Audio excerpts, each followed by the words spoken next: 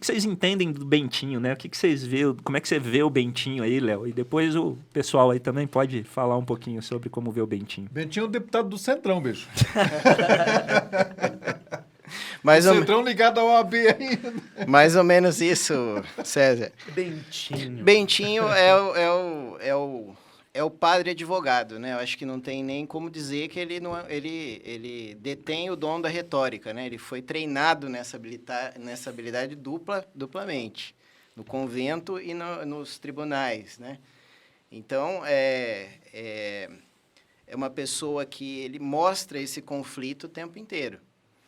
Ele surge ali na história justamente no momento em que a mãe dele está discutindo o destino dele, que já tinha sido traçado desde que ele nasceu, praticamente. Pois ela prometeu ele para a igreja. Então, ele carrega isso, né? Essa questão da religiosidade. E isso aí tem um simbolismo também com a época, né? Então, o final do Império, você está passando ali para a República. Então, a igreja acaba perdendo um pouco do poder, da influência pessoal sobre o mandatário do país, vamos dizer assim, porque quando você tem um poder, uma república, você tem um poder eleito, né? Então, quer dizer, tem todo um simbolismo, e o próprio Bentinho transita por isso, né? Pós-romantismo. Sem deixar de ter elementos românticos. Mas isso para ele foi maquiavélico, né? Perfeito. Então, ele mostra esse conflito o tempo inteiro, né? De alguém que não tem uma identidade, alguém que está buscando se autoafirmar, alguém que sempre foi dominado por mulheres. É justamente por aquilo que a gente criticou muito nos últimos episódios, né, Ti? Que é o determinismo. Ele tem uma vida determinada pela família, determinada... Muitas coisas, até a Capitu determina que ele faça, né? Então, ele fica um pouco alheio, né, às decisões dos outros, que a gente fez uma análise aí também, né? Mas, assim, tem uma parte que eu vejo a raiz dos problemas do Bentinho. Quando o tio dele coloca ele para andar de cavalo, para ensinar ele a andar de cavalo. Ele tinha 9 anos. Perfeito. Ali, para mim, mostra, né? Não vou falar que é um erro, mas porque eu não sou pai, né, não tive essa experiência ainda de ser pai. Não sei o que é cuidar e educar uma criança, mas olhando do ponto de vista ali, quando o tio Cosme coloca ele no cavalo, ele assustado, porque tinha medo, tanto é que ele descreve o cavalo como uma besta, né? Sim. Então ele tinha medo do cavalo, ele grita, mãe, mamãe, mamãe. E aí a mãe vai lá e afaga o menino e fala, ai meu Deus, não pode, né? Tipo, um protecionismo muito grande. Tudo bem que é porque ela era viúva, correto? Sim. Então, desde cedo, o Bentinho não teve ali... A figura paterna. Perfeito. E talvez o tio dele, talvez o José Dias, esses homens que estavam circulando a vida dele, talvez seriam a referência As suas referências, né? E você, descortando já, né, Tiagão? Fica à vontade. Mas você percebe o simbolismo que tem o fato do tio dele pôr ele no cavalo... E ele não se adaptar àquilo e pedir ajuda da mãe que resolve o problema dele, porque ele é o herdeiro, né, de uma fortuna, de um pai não presente, já morto, mas ele é herdeiro de uma condição de agricultor, de proprietário, de grande produtor, de donos de escravos. Uhum. Então, o cavalo é a ferramenta de transporte que tinha na época, é a ferramenta que te coloca numa posição de vantagem sobre o outro, sobre a mulher, sobre o escravo.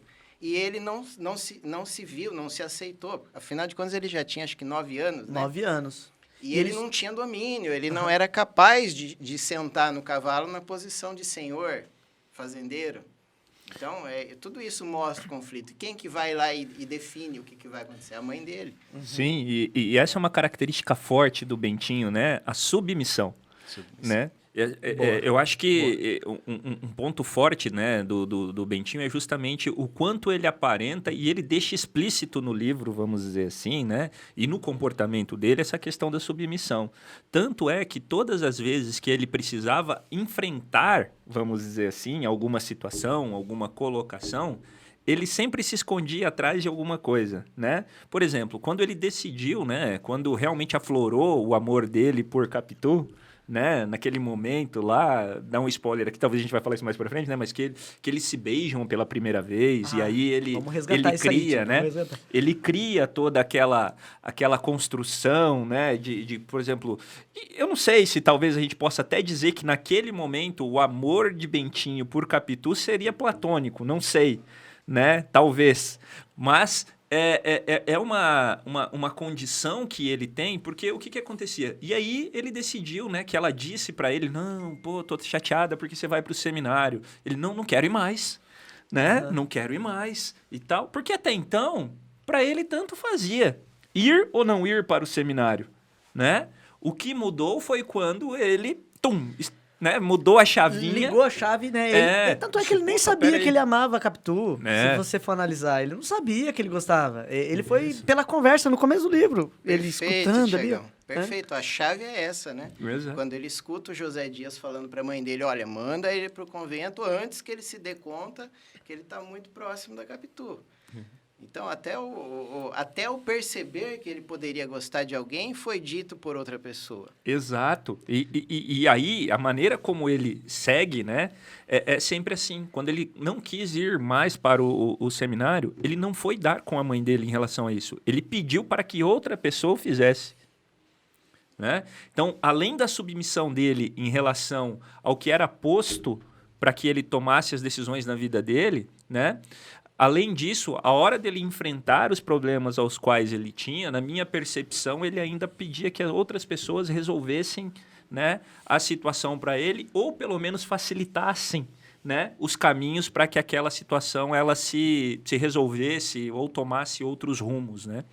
Ele tinha um nível de insegurança muito grande, né, para resolver sozinho. Totalmente inseguro. Muito inseguro. Dá para ver que ele era muito inseguro. Talvez por causa dessa proteção. Dependência da mãe. Que a gente observou, assim, no começo do livro, que ele, até para andar de cavalo, ele só foi aprender para não passar vergonha, ele mesmo confessa. E aí ele escutava, né? Agora sim vai namorar há muito, né? Justamente porque era status pra época. Né? Era o status da época, né? Malandro, né? Faltou um Greg na vida do Bentinho, né? Pra falar assim, cara, ela tá tão na sua. E foi o que ele percebeu, que ele sacou, né? Quando o Zé Dias fala, né? Que eles podem estar namorando, justamente pra dona... Esqueci o nome da mãe dele, agora. Ixi, assim, de bate-pronto. Dona Glória. Dona Glória. Pra Dona Glória. E daí a Dona Glória fica, né, naquela, né? Será? Mas eles se conhecem, né? Desde quando a família dos padres estavam passando dificuldade, vieram morar aqui, pá. E assim, ele só se dá conta que gosta da Capitu por causa disso. E aí ele começa a observar os sinais, né? O jeito que ela tratava ele. Cara, eu acho sensacional os capítulos ali na frente, que ele vai narrando assim, ó. A Capitu pegava na minha mão, contava meus dedos, né? E ela perguntava se eu sonhava com ela. E ela contava que sonhava comigo, que a gente tava fazendo aventuras. Cara, é a parte linda, né, romântica do livro, que mostra assim o quanto que depois ele despertou para um amor, né, que já estava surgindo e tal. Mas o mais legal de tudo isso é o que o Léo falou aqui no começo, né? É uma história contada aqui nos bastidores, quando a gente estava conversando, né? Mas tudo isso é narrado depois de todos os fatos. Sim. Né? E por um único narrador. Exatamente. O único ponto de vista, né? Advogado e padre, né? Foi o que o Léo falou, né? O cara que domina a retórica, né?